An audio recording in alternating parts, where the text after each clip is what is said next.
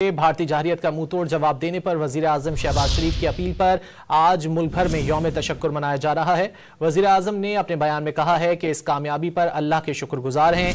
ये दिन अफवाज पाकिस्तान को खिराज तहसीन पेश करने का दिन है।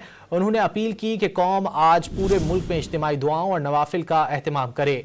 उलमाए कराम शहदा और गाजियों के लिए खुसूसी दुआएं कराएं। भारतीय जहरियत का मुंह तोड़ जवाब देने पर वजीर आजम शहबाज शरीफ की अपील पर आज मुल्क भर में यौम तशक्कुर मनाया जा रहा है। वजीर आजम ने अपने बयान में कहा है कि इस कामयाबी पर अल्लाह के शुक्रगुजार हैं। ये दिन अफवाज पाकिस्तान को खिराज तहसीन पेश करने का दिन है। उन्होंने अपील की कि कौम आज पूरे मुल्क में इज्तिमाई दुआओं और नवाफिल का एहतमाम करे।